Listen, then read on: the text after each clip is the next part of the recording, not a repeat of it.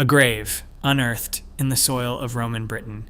The bones of a man, his equipment unmistakably Roman, his burial Roman. Everything about him Roman, except his DNA. It told a story nobody expected, a story that reaches back across continents, across seas, across the entire width of the ancient world, and it changes everything we thought we knew about who the Romans really were. For generations, we've carried a picture in our heads: the Roman legionary, Mediterranean features, Latin tongue, born within earshot of the Seven Hills, marching to the very edge of the known world to plant his standard in British soil. That picture is wrong. Because the army that descended on these shores, the empire that held them for 4 centuries, was something far stranger, far more remarkable, and far more human than the old story ever allowed. This is what the DNA revealed.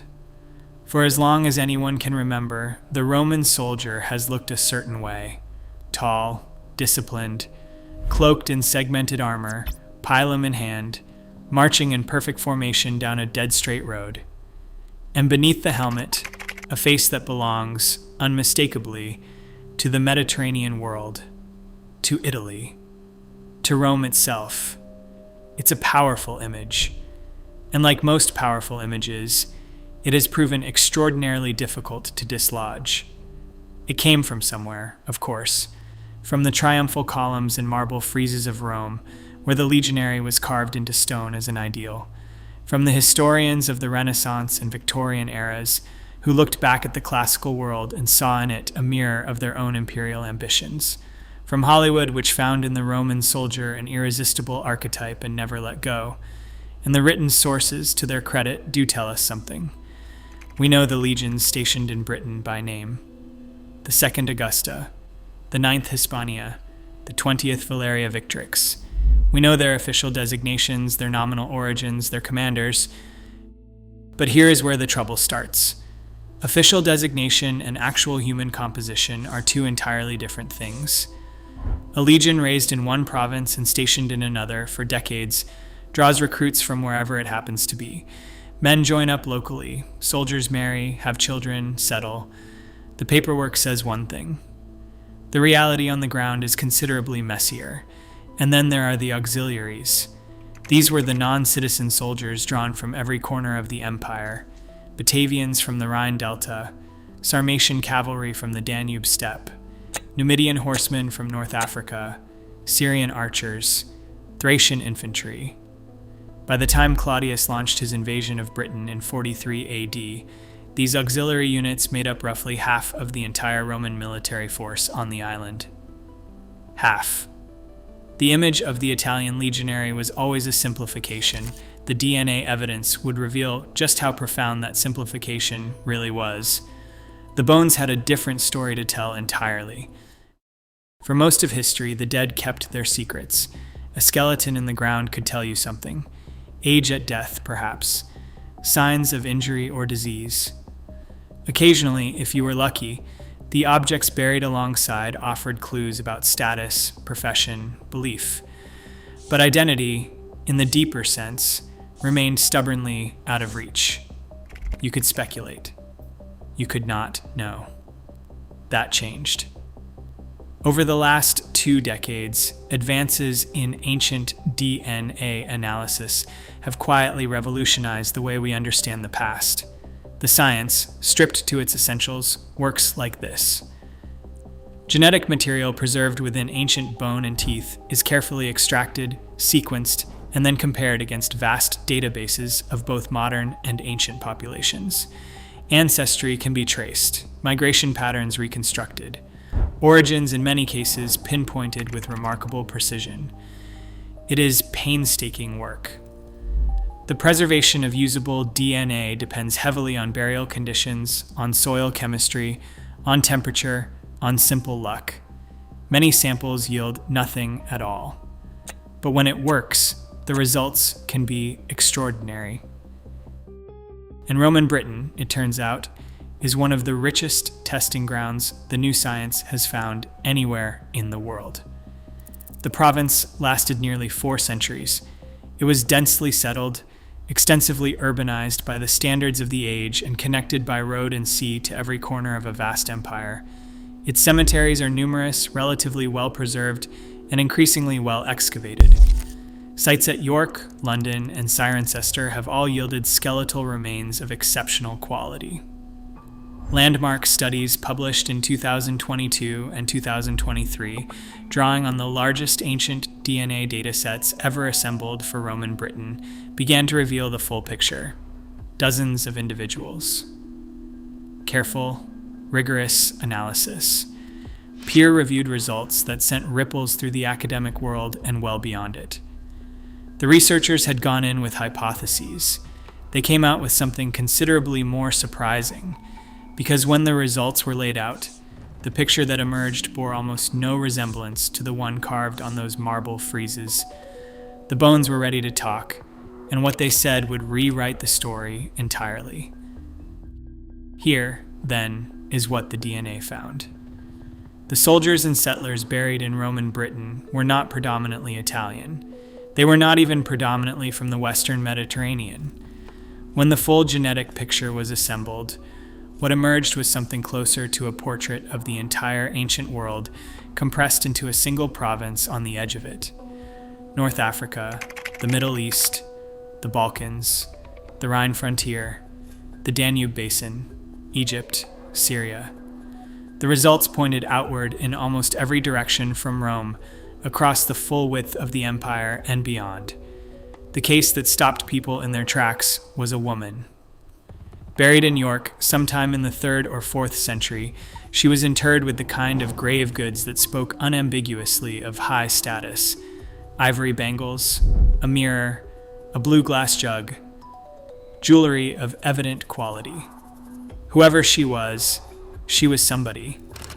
And her DNA placed her ancestry firmly in North Africa, most likely in the region of modern Morocco or Algeria. She was not a curiosity. She was not an anomaly. She was one of many. Male burials from the same city told similar stories.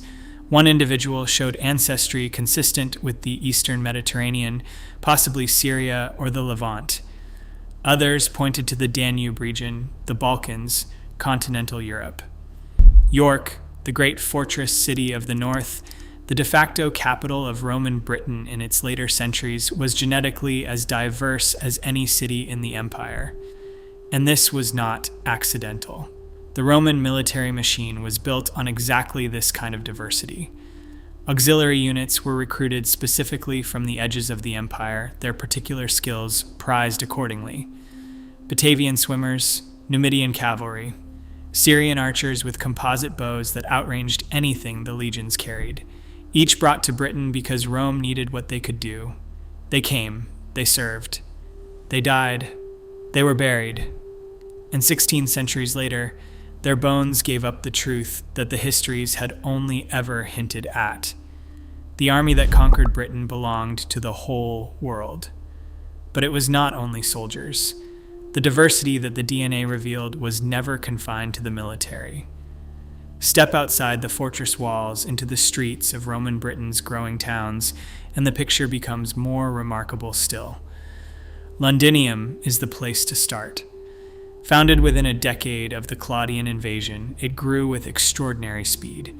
By the 2nd century, it was the largest city in the province, home to perhaps 20,000 people, dominated by a vast basilica, ringed by a massive city wall, and threaded through with the commerce of an empire.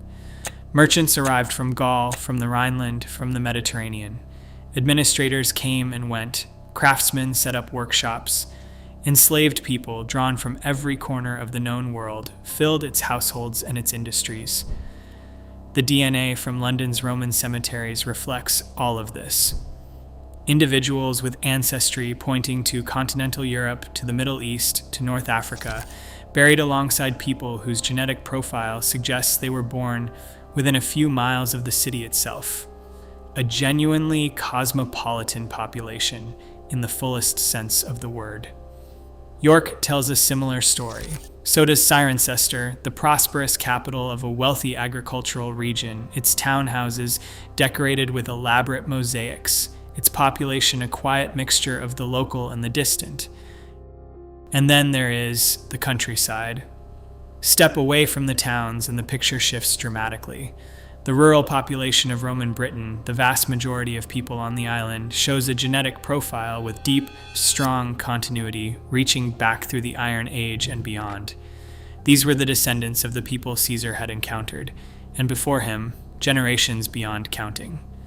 Roman rule changed their material culture, their religion, their language in some places. It did not, in any meaningful genetic sense, replace them. Two Britons, then, existing simultaneously within the same province: the cosmopolitan, connected, ethnically diverse Roman city, and the ancient, deeply rooted British countryside surrounding it on every side. Both of them, in their own way, entirely real. Which brings us to the question that cuts deepest of all. If the people living and dying in Roman Britain came from North Africa and Syria and the Danube and the Rhine, if the city of Londinium contained multitudes that would not look out of place in Alexandria or Antioch, then what exactly did it mean to be Roman? The answer, and this is where the DNA findings become truly revolutionary, is that it never meant what we assumed it meant. Roman identity was not ethnic. It was never ethnic. It was cultural, legal, and above all, political. It was a set of practices, obligations, and allegiances that any person from any corner of the known world could in principle adopt, earn, or be born into. You spoke Latin, or at least conducted your official business in it. You worshipped the recognized gods, or added them to whatever else you already believed. You paid your taxes. You respected the law. You served if called upon. Do these things, and you were Roman. Regardless of where you came from, regardless of what your bones might one day reveal. In 212 AD, the Emperor Caracalla made this explicit, extending Roman citizenship to virtually every free person in the empire in a single sweeping declaration. It was a legal confirmation of something that had been culturally true for generations. A soldier from what is now Morocco, and a man born within sight of the Palatine Hill, stood, in the eyes of Roman law, as equals. This reframes the conquest of Britain entirely. What landed on these shores in 43 AD was not one people imposing themselves upon another. It was an idea arriving. A system. A civilization that had already absorbed and transformed dozens of peoples before it ever reached the White Cliffs. The Britons who resisted were not fighting off a foreign race. They were fighting off a way of organizing the world, and many of their descendants, within a generation or two, chose to join it, became it, were, in every meaningful sense, Roman. Then Rome withdrew, and the world it had built began to come apart. The 5th century collapse was not a single moment. It was a long unraveling. Garrisons reduced, then gone. Coins ceasing to arrive. Cities shrinking back into themselves. Trade routes fraying. And with them, the extraordinary demographic machinery that had kept Roman Britain connected to the wider world simply stopped functioning. The DNA record reflects this with uncomfortable clarity. The Cosmopolitan signal, so vivid in the urban cemeteries of the 2nd and 3rd centuries, fades. The diverse ancestries that had gathered in Londinium and York and Cirencester do not persist in detectable numbers beyond the 5th century. Whether those individuals and their descendants left, died without issue, or were simply absorbed into a changing population, the genetic evidence of that connected, globalized Roman world largely disappears within a few generations of the withdrawal. What follows is a different story. The Anglo-Saxon migrations, themselves now far better understood through ancient DNA, brought a significant new genetic influence sweeping across the lowland east and south. Recent studies suggest this was not a small elite takeover, but a substantial movement of people, their genetic signature becoming dominant across large parts of what would become England within a century or two of Rome's end. And yet, not everywhere. In the west and north, in Wales, In Cumbria, in much of Scotland, the picture is different. Here, the genetic continuity with the pre-Roman and Romano-British population remains strong and measurable. The people of these regions carry in their DNA an unbroken thread stretching back through the Roman centuries and beyond into the deep Iron Age past. The genes remember what the chronicles forgot. Traces of North African, Middle Eastern, and wider Mediterranean ancestry can still be detected in modern British DNA, faint but present, ghost signals from that vanished cosmopolitan world. The diversity that Rome brought to Britain did not entirely disappear. It went quiet. It thinned. But some of it remained, written into the population, waiting 16 centuries for the science to find it. Come back, one last time, to that grave. The bones in the British soil, the equipment unmistakably Roman, and the DNA that pointed somewhere else entirely, somewhere vast and distant and unexpected. That single burial contains the whole story. An empire so large, so genuinely diverse, so radical in its understanding of what identity could mean, that it drew the ancient world together into a single province on its outermost edge, and held it there for 4 centuries. The chronicles told us one version, the bones tell us another, and the bones, it turns out, do not lie. Rome was not one people, it was a world. And traces of that world persist in the British population to this day, quiet and unannounced, waiting to be read. The full story of what came after, the kingdoms that rose from the ruins, is equally extraordinary. And that is a story for another time.